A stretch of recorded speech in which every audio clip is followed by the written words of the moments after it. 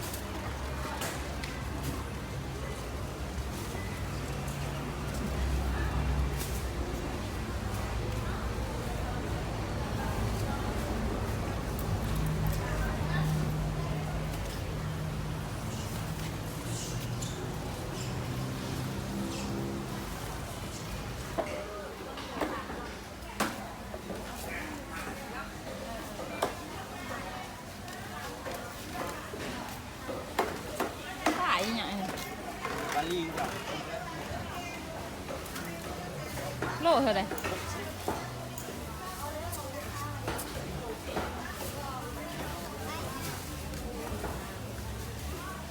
แล้วเอาตอนนี้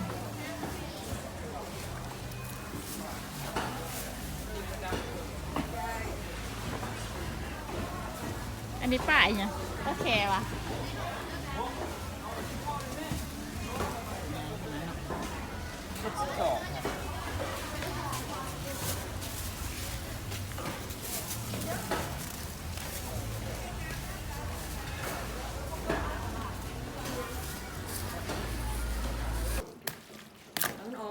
เสียใจไหมโลเอียงซื้อโลเท่าไหร่ดู100,007จะได้ซื้อโล150,000ของข่อยนี่ตัวใหญ่ดีกว่าแต่ว่าเหลือเอาใดของข่อยบ่เอาตัวใหญ่ลายเอาตัวกลางตัวพ่อถือแท้เหมือนเท่าไหร่50บริหารเลยเยี่ยมกินใบ60ใบนี่น่ะบ่โอ้ก็จะมีเนาะนี่ใบ10ใบนั่นมันจะออกแล้วเนี่ยแล้วนี่เช็ดปริเงินหมดเลยตายแล้วสิที่สิบคมนี่เสื้อลูกโลเนี่ยเดี๋ยวรอเอียนนี่ได้ผู้สื่อเนี่ยจะนำไปได้จะหน่อยนี่กินเพชรใส่เหรอย่างโอ้ยังหมกเพชรนั่นแหละคือว่ามาคือผู้เดียวเนี่ยธิดาซื้อจะผู้ถือต้องเป็นซื้อน่ะใส่หมกเพชรเด้ก้อยห้าหมกเพชรบางหลุมดิใช่เพชรมันได้ผู้ถือคนหรือก่อนเพชรปนกันมาเป็นดิบกันมาวัดเทืองเรื่องมหาได้อนุญาก็ได้จะถือปั๊บแล้วมันใครจะปุ๊บเลยนะแน่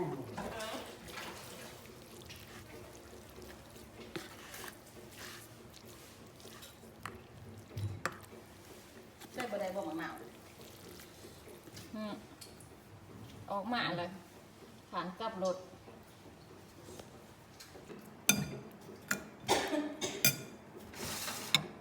อันนี้ต่อได้เนาะตัวคุ้มโอ้ตัวคุ้มนี่วะแสนป่ายเท่านี้นี่วะโลนึงโล150,000แต่ว่าอันนี้นี่แสนป่ายตาว่าพอบุกไปตกนี่แต่กระดูกนะโอ้มันตัวใหญ่เนาะทั้งกัดทั้งเอาไปเขามันหัวดำที่น้องขับตัวนี้เป็นหลับบ้านเอาเลยได้เอาเลยเป็นตะเหลือง